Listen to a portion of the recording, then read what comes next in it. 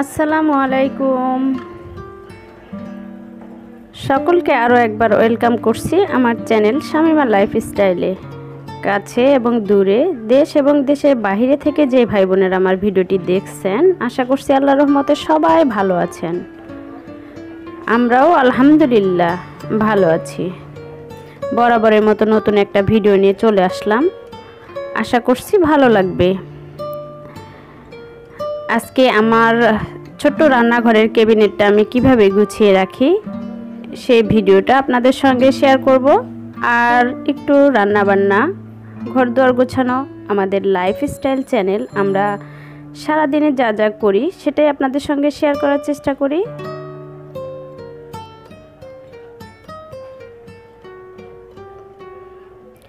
তো এখন হচ্ছে সামনে রমজান মাস চলে এসেছে, সবসময় একটু ফিটফাট গোছগাছ রাখার দরকার আছে। আর রমজান মাসের অতটা সময় পাওয়া যাবে না, সেই জন্য আগেই একটু গুছিয়ে নিলাম।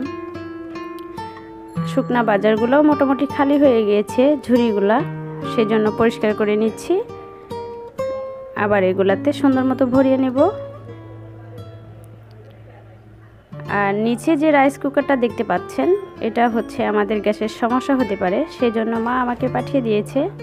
আর এটা আসলে রাখার জায়গাও নাই সেইভাবে, আর এই জন্য আমি সেখানে রেখে দিলাম। আর চকটা আমার হাতে দেখতে পাচ্ছেন, সেটা হচ্ছে তেলাপোকার বিষ। ওই কর্নারে রেখে দিলে তেলাপোকা ঢুকতে পারবে না, আর আমার ক্যাবিনেটটাও সুন্দর ঝকঝকা চকচকা থেকে যাবে। তো এখন সুন্দর মতো গুছিয়ে নিলাম। আর এই কাজটা আমি করেছি আসলে নাস্তা খাওয়ার পরে। আমি নাস্তাটা কখনোই আপনাদের সাথে শেয়ার করতে পারি না, কারণ নাস্তাটা আমি কিনে খাই। নাস্তা খাওয়ার পরে আমি আমার ক্যাবিনেটটা গুছিয়ে তারপরে আসলাম রুমে। আমার বেড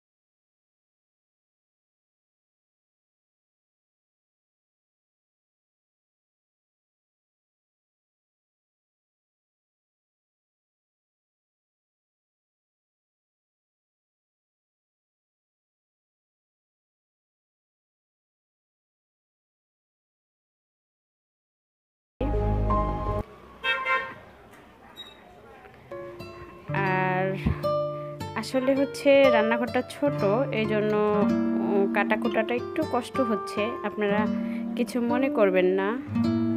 আর আমি জানি আমার আপুরা আবার জিজ্ঞেস করবে, আপু এত ছোট রান্নাঘরে কেন কাজ করেন? আসলে রান্নাঘরটা আমি ভেঙে ফেলতে পারবো না এই মুহূর্তে, আর বাসাটা পাল্টাইতেও পারবো না, সেই জন্য আমি কষ্ট করে ম্যানেজ করে নেই। এখন যেহেতু আমি রান্না করব, তো তেল শেষ হয়ে গিয়েছে, এখন আমি তেলটাও একটু ভরিয়ে নিচ্ছি।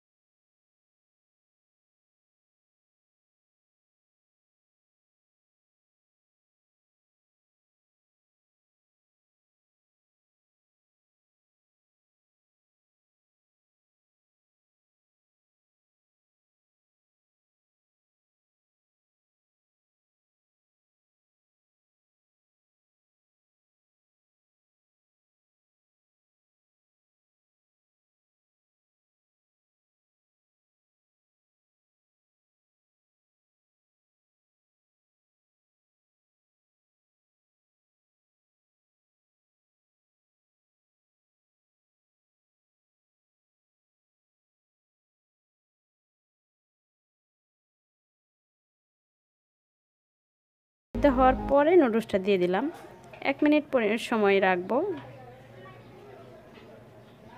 আর 1 মিনিটে মোটামুটি সিদ্ধ হয়ে গিয়েছে, এখন আমি ঢেলে নেব।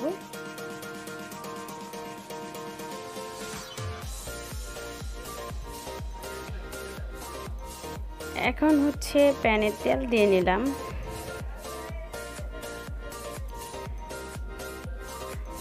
আর আমি 2টা ডিম দিয়ে দিব।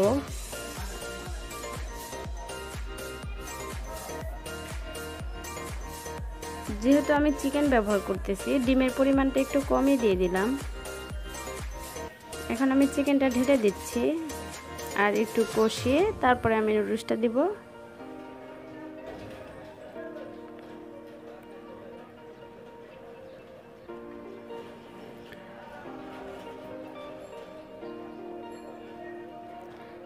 মোটামুটি কষানো শেষ হয়ে গেছে, এখন কাঁচামরিচ, পেঁয়াজ আর টমেটোটি দিয়ে নিব।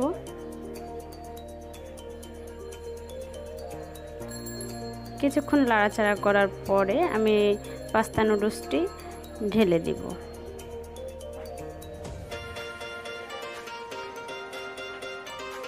নুডলস রান্না আসলে কাউকে শেখাচ্ছি না, জাস্ট আপনাদের সাথে কথা বলতেছি আর শেয়ার করতেছি।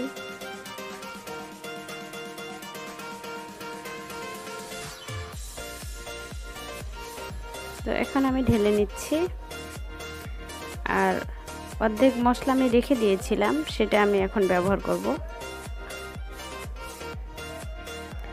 আমার নুডলস রান্নাটা কমপ্লিট হয়ে গিয়েছে।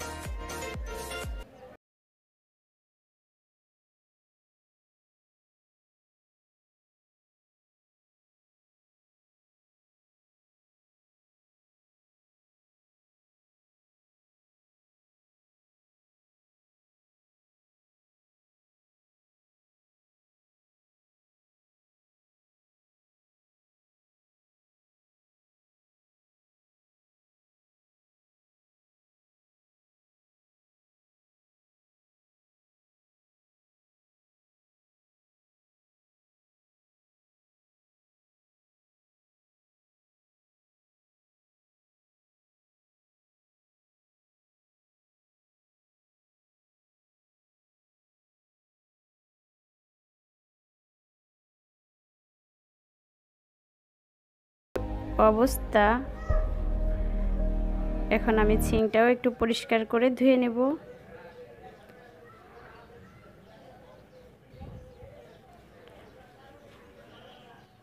ছোট রান্নাঘরে রাখার জায়গার কষ্টে আসলে আর ভালো লাগে না, তারপরেও কিছুই করার নাই, ম্যানেজ করে নিতে হয়। সাইড করে নিয়ে নিলাম। এখন আমি ছিংটা মেজে নিব।